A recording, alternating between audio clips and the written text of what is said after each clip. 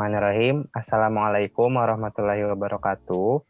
Kami dari kelompok 9A kelas 3A akan mempresentasikan hasil resum kami mengenai alkimia. Kami dari kelompok 9A beranggotakan Dila Fikri Fadilah, Hikmatul Kurnia Azizah, saya sendiri Reja Hijriansyah, dan Sifa Khairunisa. Next. Untuk materi pertama akan dijelaskan oleh Sifa Khairunisa. Kepadanya saya persilahkan. Baik, terima kasih kepada moderator. Untuk materi pertama ini mengenai Islamic Golden Age atau masa kemasan Islam akan dijelaskan oleh saya, Sifa Khairunisa. Jadi pada abad ke-8 ini sampai ke abad ke-14 ini Islam ini mulai berkembang. Dahulu setelah Rasulullah wafat ini, Islam ini dipimpin oleh para khalifah. Dan pada masa ini mereka ini mendirikan kota baru sebagai jantung khalifah di masa Abbasid. Jadi kota ini bernama Kota Baghdad yang terletak di antara Eropa dan Asia. Kota ini menjadi pusat perdagangan dan pertukaran gagasan, kemudian berkembang lagi menjadi pusat pembelajaran dan perdagangan. Para cendekiawan yang berbeda ini dari latar belakang dan berbagai penjuru dunia ini berkumpul di perpustakaan agung di Baghdad untuk menerjemahkan semua pengetahuan klasik dari bahasa Latin ke bahasa Arab. Dan untuk sementara ini, Baghdad ini menjadi pusat yang tak tertandingi di bidang ilmu pengetahuan, kedokteran, pendidikan, dan juga filsafat. Maka dari itu, di periode ini disebut dengan zaman keemasan Islam. Slide selanjutnya. Selanjutnya, setelah Kaisar Romawi jatuh, studi perkembangan kimia ini dipindahkan ke khilafah atau peradaban Islam. Alkimia ini jadi salah satu budaya yang terkemuka di dunia pada saat itu.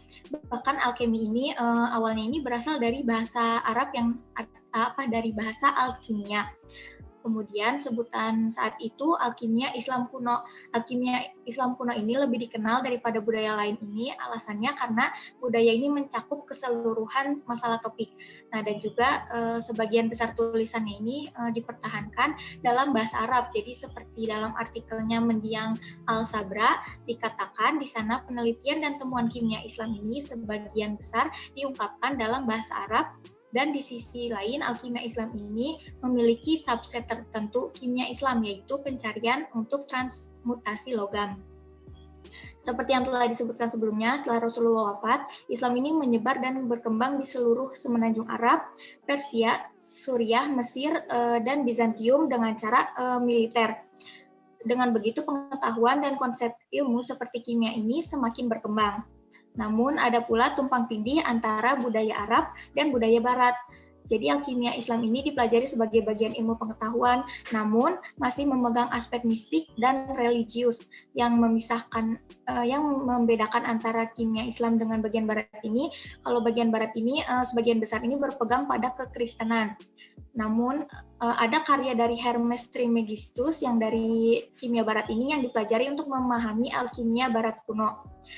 Begitupun dengan kimia Islam juga memiliki tokoh terkenalnya, yaitu ada Jabir Ibnu Hayyan, Khalid Ibnu Yazid, atau dikenal dengan Raja Khalid, yang nanti akan dibahas oleh rekan-rekan saya. Sekian presentasi dari saya, selanjutnya dilanjut oleh Reza. Baik, terima kasih kepada Sifa Khairunisa yang telah menjelaskan materinya.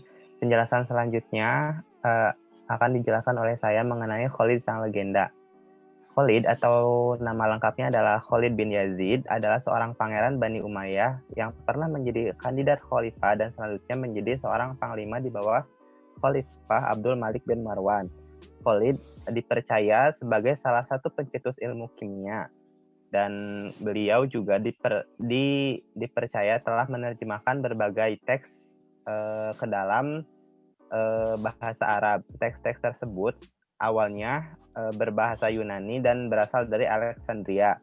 Teks-teks tersebut juga berkaitan dengan obat-obatan dan astronomi. Selain itu, beliau juga menerjemahkan teks yang berkaitan dengan ilmu-ilmu lainnya. Oke, next.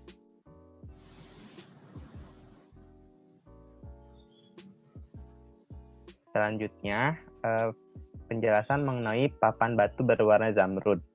Papan batu berwarna zamrud dipercaya oleh sebagian besar ilmuwan selama berabad-abad menyimpan suatu misteri yang dipercayai dapat mengubah logam biasa menjadi logam mulia.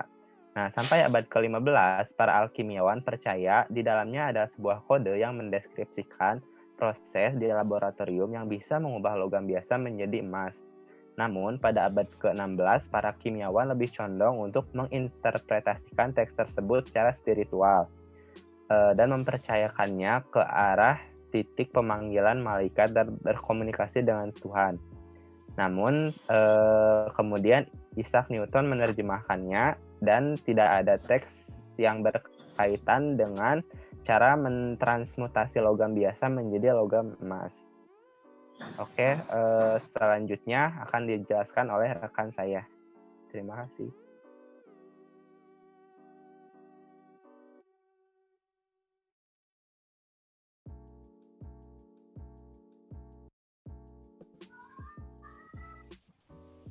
Udah next. Baik, materi selanjutnya akan dijelaskan oleh saya, yaitu mengenai Jabir ibn Hayyan, sang pendiri kimia. Jabir ibn Hayyan lahir pada tahun 721 Masehi di Khurasan. Ayahnya bernama Hayyan adalah seorang apoteker. Ayahnya mempunyai rumah di Kufa, kemudian Jabir pindah ke rumah ayahnya yang ada di Kufa. Di sana, Jabir mencari Ja'far al-Sadiq, seorang sarjana dan ilmuwan yang terkenal di usia 30 tahun. Jabir menekuni bidang alkimia, filsafat, farmasi, dan astronot. Untuk mendukung perkembangan penelitiannya ini, Jabir belajar bahasa Yunani untuk mempelajari karya Plato, Socrates, Aristotle, Pythagoras, dan Demokritus. Next.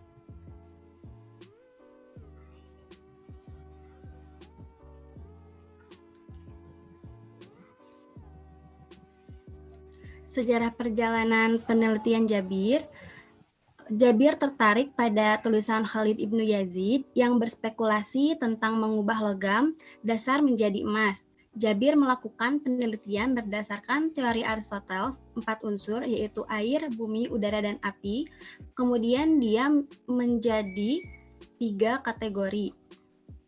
Membaginya menjadi 3 kategori, yaitu spirits atau artinya air, yang mendefinisikan yang menguap pada pemanasan. Kemudian metals and stone, artinya logam dan batu, didefinisikan yang dapat diubah menjadi bubuk.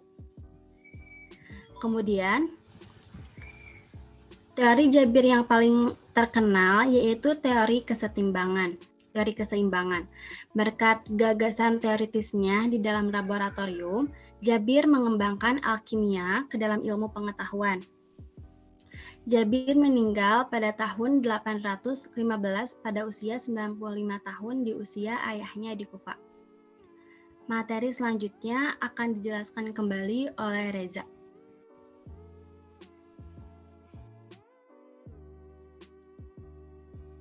Baik, selanjutnya adalah materi mengenai takwil dan kimiawan Islam. Dalam konteks alkimia, takwil diartikan sebagai penciptaan kehidupan sintetis di laboratorium hingga termasuknya di dalam kehidupan manusia. Namun, Jabir bin Hayyan mengemukakan tujuan ini tidak dapat diinterpretasikan secara nyata. Dan takwil sering diartikan sebagai salah satu cabang ilmu kimia yang berikatan dengan spiritual. Namun, ada juga yang mengatakan takwil sebagai hubungan yang dibuat-buat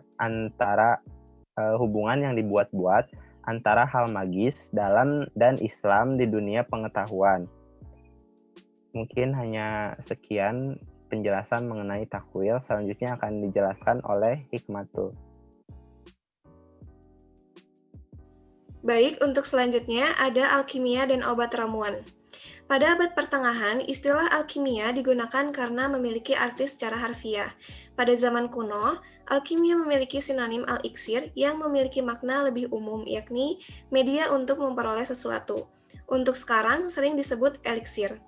Eliksir sudah digunakan dalam alkimia selama bertahun-tahun dan proses yang terlibat dalam pembuatannya digunakan untuk tujuan medis. Selanjutnya, pengobatan pada abad pertengahan ini menggunakan bahan alami berupa tanaman seperti rami dan apiun atau bunga madat. Penggunaan rami ini mulai dikenal saat botani Dioscorides memperkenalkan bahwa rami dapat mengobati rasa sakit seperti sakit telinga, sedangkan apiun dipakai ketika dokter Persia yakni Yohanna ibnu Masawayh mulai meresepkannya untuk menghilangkan rasa sakit pada penyakit batu empedu, mata, kepala, gigi, gangguan pencernaan, dan radang paru-paru. Pengobatan bahan alami menggunakan prosedur alkimia digunakan sampai sekarang dengan cara melalui prosedur seperti fermentasi, distilasi, dan ekstraksi komponen mineral dari tanaman. Selanjutnya, batu filsuf. Pada zaman kuno dan abad pertengahan, batu dianggap sebagai materi terpenting dari kemunculan sesuatu lainnya seperti api, air, udara, dan bumi. Oleh karena itu, timbul teori yang menyatakan bahwa batu filsuf dapat digunakan untuk membuat bahan baru dan dapat mengubah logam biasa menjadi emas melalui proses transmutasi. Batu filsuf pada abad ke-8 diyakini oleh para ahli kimia berupa bubuk merah kering yang menjadi bahan penting untuk proses transmutasi. Selain itu juga, batu filsuf diyakini sebagai ramuan ajaib yang dapat menyembuhkan penyakit, memperpanjang hidup, atau memberi keabadian. Berdasarkan hal tersebut, beberapa teori bermunculan menyatakan bahwa batu filsuf itu bagian dari formula atau merujuk pada rahasia penciptaan kehidupan. Beberapa ahli kimia muslim mencari tujuan takwin atau penciptaan kehidupan buatan, sedangkan Paracelsus dalam teks yang berjudul De Natura Rerum tahun 1537 menguraikan proses penciptaan homunculi, yakni miniatur manusia. Selanjutnya, Avicenna, yakni filsuf Persia. Avicenna atau biasa dikenal Ibnu Sina lahir di Uzbekistan 980 Masehi. Beliau seorang dokter dan juga filsuf. Ibnu Sina menghabiskan waktunya untuk memikirkan hubungan sifat jiwa manusia dengan bentuk fisiknya, dan beliau adalah kritikus dari banyak tulisan Aristoteles. Selain itu, beliau kritis terhadap astrologi. Ibnu Sina percaya bahwa planet dapat berdampak pada bumi, tetapi hal tersebut tidak dapat digunakan untuk memprediksi masa depan. Ibnu Sina meninggal pada tahun 1037 pada usia 58 tahun. Tubuhnya dimakamkan di Iran, dan kontroversi seputar ide-idenya dan juga reputasinya sebagai salah satu pemikir terbesar di dunia terus hidup. Sekian dari saya kembalikan ke moderator. Baik, terima kasih kepada seluruh pemateri yang telah menyampaikan materi dengan baik. Mungkin cukup sekian presentasi dari kelompok 9A. Mohon maaf bila terdapat kekurangan dan kesalahan. Akhirul kalam, wassalamualaikum warahmatullahi wabarakatuh. Waalaikumsalam warahmatullahi wabarakatuh.